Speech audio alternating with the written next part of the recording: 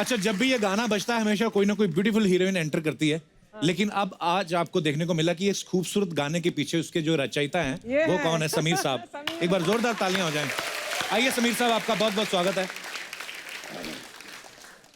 आओ बादशाह। आओ टाइगर आओ।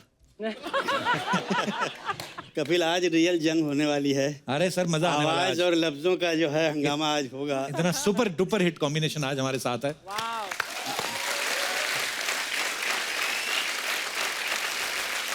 समीर साहब और शानुदा दोनों ही वर्ल्ड रिकॉर्ड होल्डर हैं, विनर हैं। तो कैसा लग रहा है आपको एक तीसरे वर्ल्ड रिकॉर्ड होल्डर के साथ? माफ कर नहीं दीजिए। कपिल, बहुत बहुत बधाई। मुझे Thank पता you, sir. चला कि बहुत जबरदस्त अवार्ड मिला है तुमको। धन्यवाद सर। और अच्छा नहीं हुआ यार, तुमने। कपिल कपिल कपिल जो काम करते हैं, आई थिंक वर्ल्ड का ये बेस्ट काम है। लोगों को हंसाना बहुत मुश्किल है। दादा शुक्र है आप नहीं इस इंडस्ट्री में आ गए, हाँ, नहीं तो आप अच्छा इधर भी किया। पेल देते 5000 शो। नहीं छप तो तुम भी रहे हो, बात नहीं है। बात नहीं है। हाँ, खाली मैं अकेले छप थोड़ी रहा हूँ। मैं क्या बोल रहा हूँ कि लोगों को जो खुशियाँ आप बांटते हो, ये बहुत बड़ी बात है। क्योंकि हंसाना एक डॉक्टर जैसा काम करते हैं ना, डॉक्टर के दवाई की तरह काम करते हैं। जी दादा। अर्चना जी तो जिंदगी में अर्चना जी कभी तबीयत खराब होगा ही नहीं। Thank you. यही देखते आ रहा हूँ, नो चेंज। कमाल का है ये, बिकॉज ऑफ हंसी। हाँ दादा, कई बार तो इतना जोर से हंसती है ना, एक बार इनका गुर्दा बाहर आ गया था, हमने चम्मच से अंदर किया। आशिकी फिल्म आप सब जानते हैं, तो आशिकी फिल्म बनने से पहले ऐसे हमने सुना है कि आशिकी का जो म्यूजिक था वो इतना हिट हो गया, हमें आज तक वो सारे गानों के लिरिक्स भी याद है, उनकी धुन याद है, हम लोग गुनगुनाते रहते हैं। लेकिन सुना है कि समीर साहब कि पहले ये फिल्म एक्चुअली थी ही नहीं, पहले सिर्फ म्यूजिक एल्बम ही था ये। हाँ कपिल, बड़े कमाल के किस्से मैं बताना चाहता हूँ। अच्छा जी। अनुराधा पौडवाल जी एक गाना गा रही थी, मेरी एक फिल्म आई थी बाप नंबरी बेटा 10 नंबरी। हाँ जी। तो उन्होंने कहा कि नदीम श्रवण से कि तुम लोग गुलशन जी से क्यों नहीं मिलते। खैर गुलशन जी से मुलाकात उन्होंने करवाई। अच्छा जी। उसके बाद गुलशन जी ने कहा देखो हम फिल्म तो नहीं बना रहे हैं, हम म्यूज़िक बैंक बना रहे हैं, तो आप लोग कुछ गाने उसके लिए रिकॉर्ड करो। उसके बाद अगर हमको लगा कि ये म्यूज़िक बैंक के जो गाने बहुत अच्छे हैं तो मैं किसी प्रोड्यूसर को सुनाऊंगा, अगर उसको अच्छा लग गया तो फिल्म बन जाएगी। तो पहला गाना जो हमने रिकॉर्ड किया, जो टाइगर ने गाया, मैं दुनिया भुला दूंगा तेरी चाहत में, बड़ा ही कमाल। और उस एल्बम का नाम था चाहत। अच्छा जी। 5-6 गाने हो गए थे। महेश भट्ट आए और उन्होंने सुने तो उन्होंने बोला यार ये बहुत कमाल का म्यूजिक है, म्यूजिक डायरेक्टर कौन है? तो उन्होंने कहा कि नदीम श्रवण, और गाने किसने लिखे हैं? समीर ने। बोला ये म्यूजिक सुन के मुझे लगता है कि मैं इसके ऊपर एक कहानी बनाऊं। गानों के बीच में फिल्म डाल दी। फिल्म डाल दी। वाह। फिल्म बन गई और उसका टाइटल उन्होंने रखा आशिकी। अच्छा जी। मुझे बुलाया और उन्होंने बोला कि आपको टाइटल गाना लिखना है, और बहुत मशहूर हुआ गाना, आपको याद होगा, सांसों की ज़रूरत है जैसे बड़ा ही ज़िंदगी कमाल के का लिए, गाना है। बस एक सनम चाहिए आशिकी के लिए। गाना हो गया। गाना होने के बाद फिल्म कंप्लीट हो गई। एक दिन गुलशन जी का फ़ोन आया कि वो सबको बड़े भैया बोलते थे, भले आप उनसे छोटे हो, बट वो बोलते थे बड़े भैया। मुझे क्या लगता है कि लोग बोल रहे हैं कि यार ये म्यूज़िक जो है ये फिल्म का नहीं लगता, ये किसी एल्बम का लगता है, तो मैं अभी फिल्म रिलीज़ नहीं करूँगा, इसका एल्बम रिलीज़ करूँगा। अच्छा जी। मैं डर गया। मैंने बोला यार ये तो बड़ी मुश्किल हुई। मैंने सीधा नदीम श्रवण को फ़ोन किया।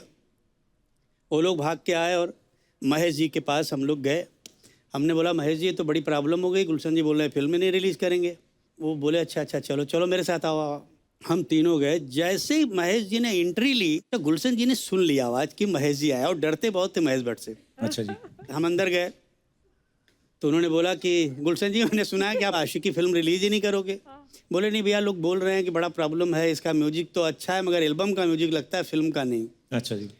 तो उन्होंने बोला देखो गुलशन, मेरा नाम महेश भट्ट है, मैं आज तुमको एक बात लिख के देता हूँ कि अगर ये म्यूज़िक और ये फिल्म तुम्हारे म्यूजिक इंडस्ट्री की हिस्ट्री में अगर सबसे बड़ा रिकॉर्ड नहीं कायम करी तो मैं छोड़ दूंगा डायरेक्शन।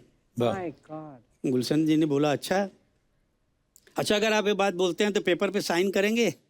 उन्होंने बोला लाओ पेपर। उन्होंने पेपर पे लिखा वाह। कि अगर ये फिल्म हिट नहीं हुई या म्यूजिक नहीं चला तो मैं डायरेक्शन छोड़ दूंगा। और गुलशन जी ने बोला एक और प्रॉब्लम है महेश जी, क्या करें? बोले क्या? बोले लोग बोलते हैं कि ये हीरो हीरोइन बहुत ख़राब दिखते हैं, ये अच्छा। दोनों की शक्ल हमको पसंद नहीं। तभी नए बिल्कुल डेब्यू था उनका। तो महेश जी ने बोला कि अच्छा मैं इसका भी रास्ता निकालता हूँ, एक काम करते हैं, पोस्टर पे उनकी फोटो ही नहीं दिखाते हैं, उनकी फोटो के ऊपर हम जैकेट डाल देते हैं। उन्होंने बोला अच्छा आपको इतना कॉन्फिडेंस है? बोले हाँ। तो बोले अच्छा लीजिए, मैं भी इसके नीचे लिखता हूँ कि मैं जिंदगी में आज तक जितना प्रमोशन किसी फिल्म का नहीं किया मैंने, उससे ज़्यादा प्रमोशन इस फिल्म का करूँगा एंड देन बिकम हिस्ट्री बन गई वाकई। एक हमने और सुना है कि आपके घर में कोई शीतला पांडे नाम का आदमी रहता था।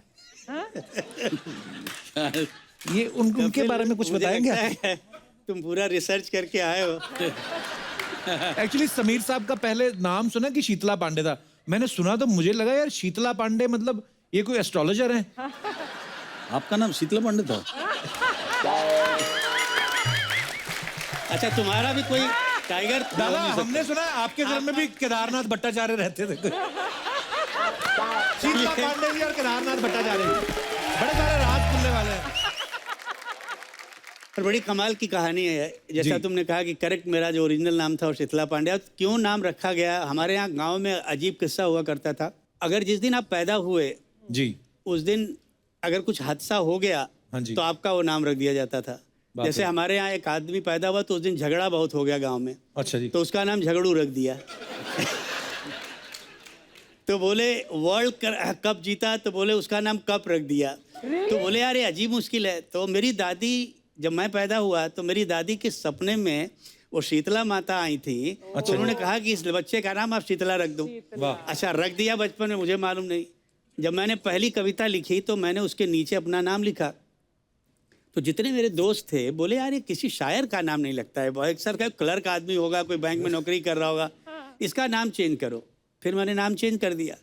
तो मेरा घर में एक और पेट नेम है, मेरी आंटी जो है मुझे राजन बुलाती हैं। अच्छा जी। तो मैंने राजन रखा।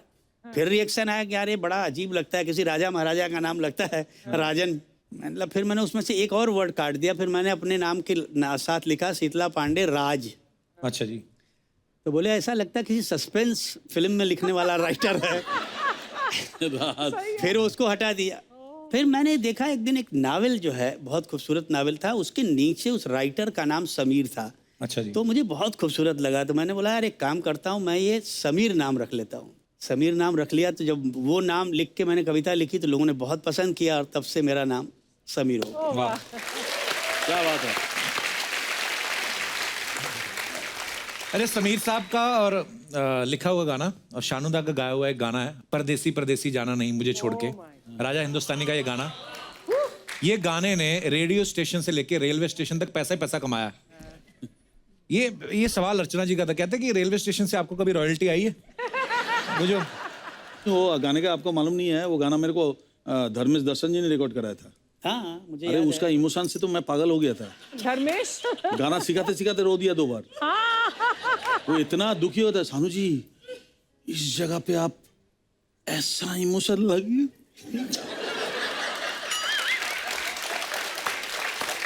दादा दादा दादा दादा हाँ नहीं मतलब भयंकर इमोशनल सीन है। मैं सैड वाला गाया था ना। हाँ तो उनका कम से कम 7-8 बार रोता हुआ देखा मुंह। और रिकॉर्डिंग करने के लिए नादिम सबन किसी को नहीं रखा, वो खुद बैठा। मैं बोला आज तो मेरा हुआ बेरागढ़ गो गया, आज तो मेरा पता नहीं क्या होगा। तो मेरे को आके जो सीन था ना समझाने का जी, कि ये सीन में तुम जाना नहीं, परदेसी जाना नहीं, वो चले जा रहे हैं और ये वो बोल के ना करके फिर आंख से आंसू। हम बोला दादा रोकिए, आपको रोकिए। ट्रिमेंडस तो कुमार जितना हो सके इसमें डाल। हम बोला ठीक है मैं डालूंगा। बस डाला।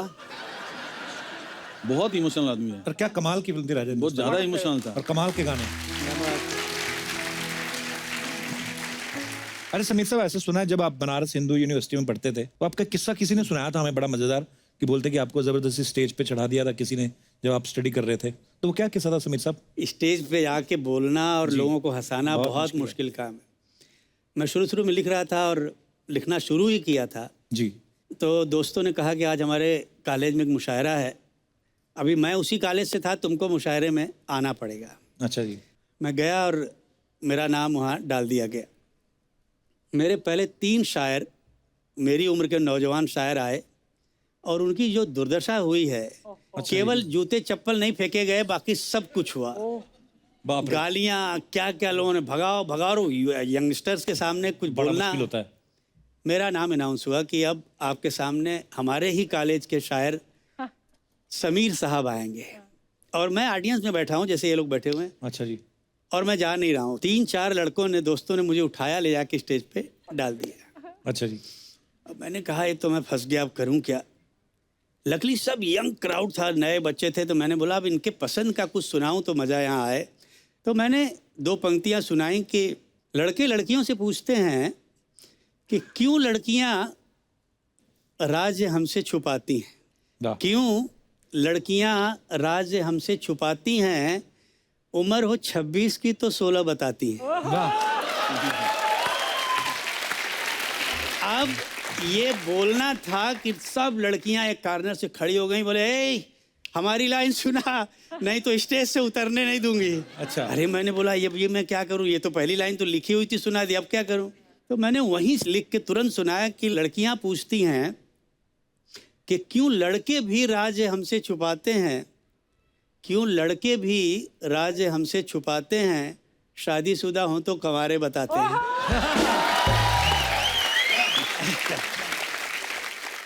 अभी क्या यहाँ शेरो शायरी में कुछ इसलिए लेके आया हूँ क्योंकि जहाँ अर्चना जी बैठी हैं वहाँ पे मैदान खाली है, तो मेरा कभी अगर मौका लगे शायद मैं भी क्योंकि मुझे तो कहीं इलेक्शन लड़ना नहीं है, मैं कोई पॉलिटिशियन तो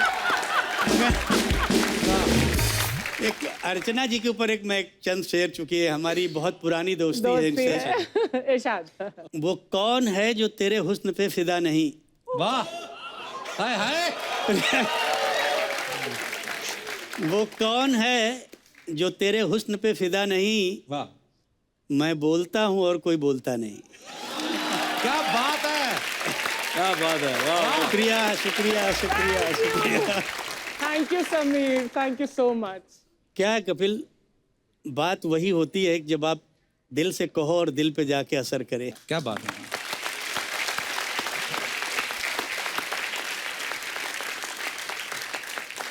लेकिन एक राज की बात, शायद राज है कि नहीं, शानू बताओ, कि टाइगर टाइगर बोलते हो ना समीर तुम शानू को, शानू आज भी आप रात को अकेले में सोने से डरते हो?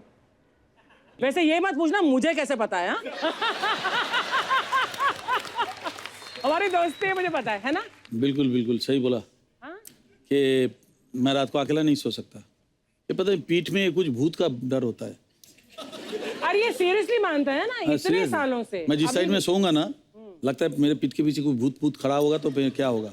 खिड़की विड़की बंद करने से तो कोई फायदा नहीं, भूत तो कोई छोटे छोटे जगह से भी घूम के आ जाता है। सुई की तरह छोटा सा भी छेद होगा, होल होगा, लेकिन छेद होगा, तो वहां से पुर करके आके बड़ा हो जाता है।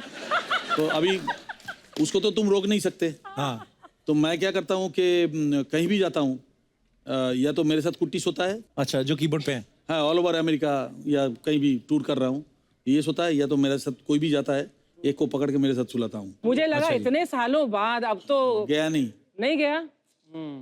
ये है टाइगर।